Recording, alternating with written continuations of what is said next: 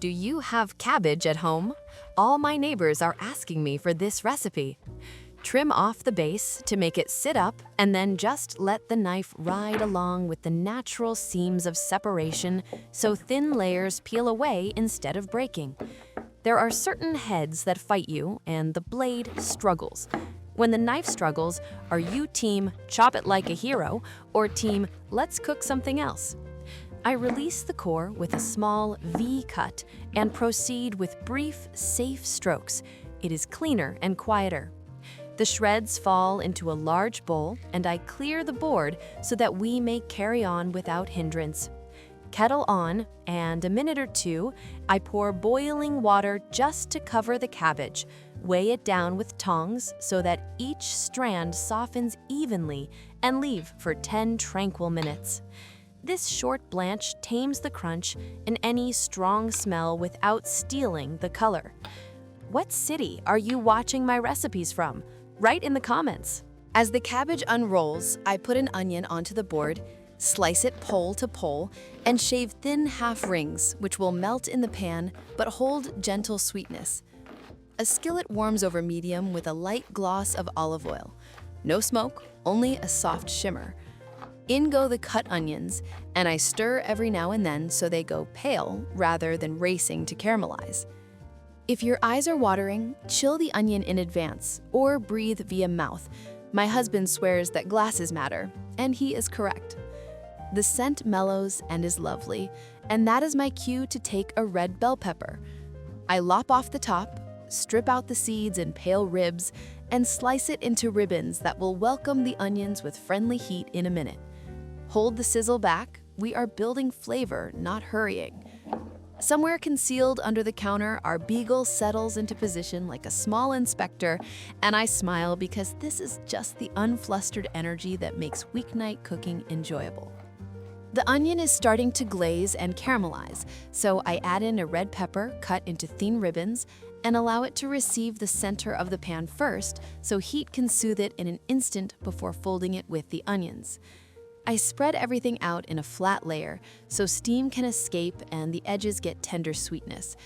If the surface is dry, I add a teaspoon of water and not more oil, and wait as the fond shrinks away cleanly. When the vegetables start looking glossy, I season lightly across the whole pan, a small pinch of salt to balance, and a warm welcome twist of black pepper. It's nice with a touch of smokiness if you prefer it.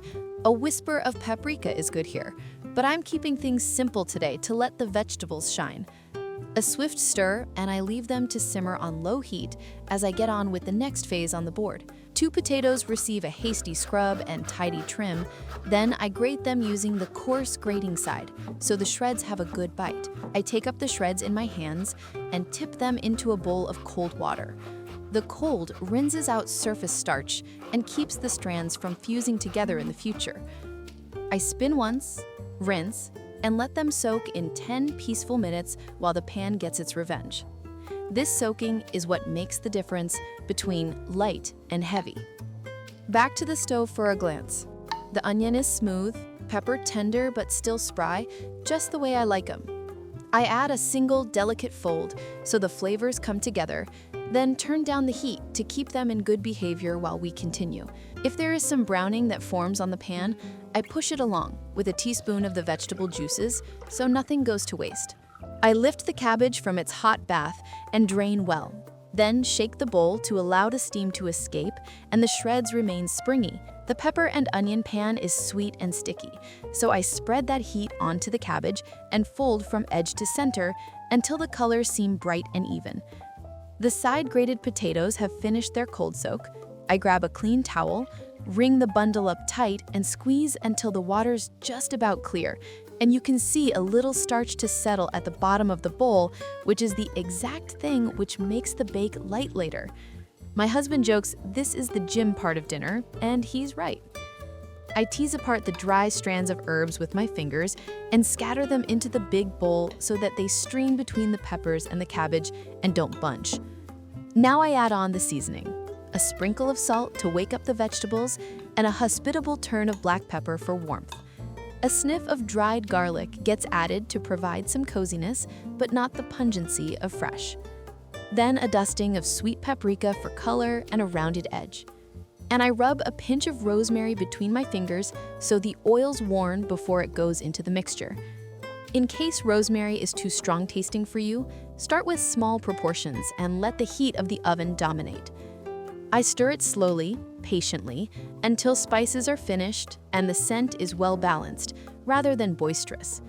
And if there is one strand of potato pale, I press it down to season it as well. A thin thread of olive oil finishes the bowl, just enough to glaze the edges and allow the top to brown without heaviness. Season and taste with a small burst of lemon if you employed light salt. That slight zing brings vegetables to life. I hold the baking dish close and spoon in the mixture, smoothing gently with the back of the spoon so the top is level and the corners aren't forgotten. Then tap the dish once on the counter to settle the air bubbles. This is the peaceful time when the colors are like a market stall and my beagle is lying at my feet like a little inspector anticipating me to signal the all clear. If you are participating, please let me know in the comments how you prefer your cabbage. A bit of crunch still there or all soft? And alike if these small tricks make your life in the kitchen easier. Next, we will whisk up a quick creamy batter, dollop it over this bright base, and the oven will take care of the rest as far as dinner goes. A fresh bowl comes to the counter and 3 eggs are cracked in. I whisk in tight circles until the top is level and a thin ribbon drops back and disappears. No foam bombs. That keeps the bake tender. If the eggs are chill, heat them up for 1 minute in the tap water so that they blend well. Milk is added and color lightens to serene. Dairy is fine, but creamy plant milk works well also. Add an extra sip afterwards if the batter is too thick. I keep working the whisk around the outside to pick up anything that's clumped there. A trickle of olive oil streams in and the texture relaxes. The oil seals the custard, gives a fine mouthfeel, and allows the top to curl off easily from the dish. If you see fat, half the oil and add a little milk. You will still have a soft set. I pause, taste the drop on a spoon, and add a few grains of salt if the vegetables below are slightly seasoned. It's in measured spoonfuls, not clumped.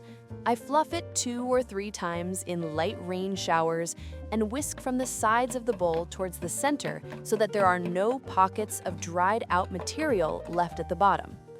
You need a pourable batter that runs off the spoon in a smooth stream, not as thick as pancake, nor as thin as milk.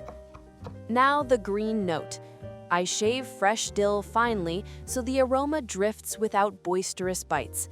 Enough is a little. Polite, not perfumey. I sprinkle it into the bowl as confetti and fold with a spatula short of the specks being even. If dill is not your cup, try parsley or a mix of the two, which stays bright through baking. This is our silent checkpoint. Eggs silky, milk and oil in harmony, flour thoroughly mixed, herbs sparkling through. In the following beat, we will pour the custard over the hot vegetables, level the surface, and set for a slow bake that fills the entire house with a homely smell. I whisk the custard again, then pour gradually from the center so it runs between the cabbage, peppers, and potato strands. In the oven it goes on the middle rack. Steady heat, timer for 30 to 35. You will know it is close when the edges pull back a breath and the center feels softly set. While the bake forms, I get the finish underway. 3 ripe tomatoes get a quick core and tidy dice. If they are very juicy, I put them out on a towel for a minute so they stay bright on top instead of wetting the crust. My husband prefers wee cubes for bite-sized morsels. I sometimes use wedges if the tomatoes are sweet. What would you have today? Next, 100 grams of cheese hits the rough side of the grater so it melts as loose threads rather than heavy pieces. Mozzarella adds soft stretch, Gouda adds butteriness, and a little bit of cheddar adds a homey tang. If you're lighter eaters, use half cheese and half finely chopped yogurt cheese, and it still melts well. I layer the shreds in a cold bowl so they don't clump. The timer warbles, and the kitchen is redolent with the aroma of heat and spices. I place the dish on a rack for a quick breath so the steam can evaporate. The top is pale gold, and the herbs are visible like confetti. Now the fresh layer. The tomatoes tumble over the top, a pinch of Italian herbs rubbed between my fingers to release the oils, and then that soft snow flurry of cheese from edge to edge with a fingertip of room around the rim for clean edges. My beagle makes his best manners sit in hopes a tomato rolls his way, and I grin because this is when the bake turns to dinner. Next round, we'll return it to the oven for a short finish so the top becomes molten and golden. Back in the oven for a quick finish. Steady heat, middle rack, just long enough to make the cheese relax, shine, and form tiny golden freckles. I keep an eye on the edges. When they slump and center looks shiny, we're almost there. When the top melds together, I whisk up a rapid cool sauce that lights up each bite. A spoon of mayonnaise in another small bowl, 2 of sour cream or yogurt for lightness, then grated cucumber on the finer side and wrung out in your hands so the liquid won't dilute the flavor. I mix it in until the mixture is pale and flecked.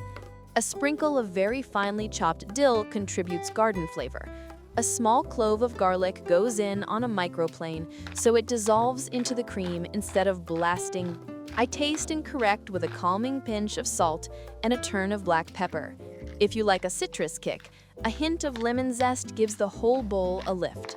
For a dairy-free table, employ the plant yogurt and several drops of olive oil, and you keep the texture beautifully smooth. The timer is singing.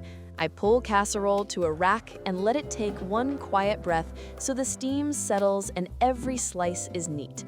And here comes the new finish. The big chunks of tomato fall onto the searing surface, a rub of Italian herbs between my fingers stirs their oils, and what can't be salvaged goes into the cook's mouth. We carry the dish to the table, and the space is filled with the scent of comfort. Green, red, and gold in one tray. I cut a square and pick it up gently. The inside is yielding without heaviness, vegetables still taste like themselves, and the surface pulls just hard enough to create a smile on everyone's face. A spoonful of the cold sauce with it, maybe some handfuls of crunchy leaves, and supper is ready without fuss. If this calm pace helps you cook after a long day, click here so that you can return to this recipe and let me know in the comments what rating from 1 through 10 you would give it. Enjoy, friends, and thanks for cooking with me today.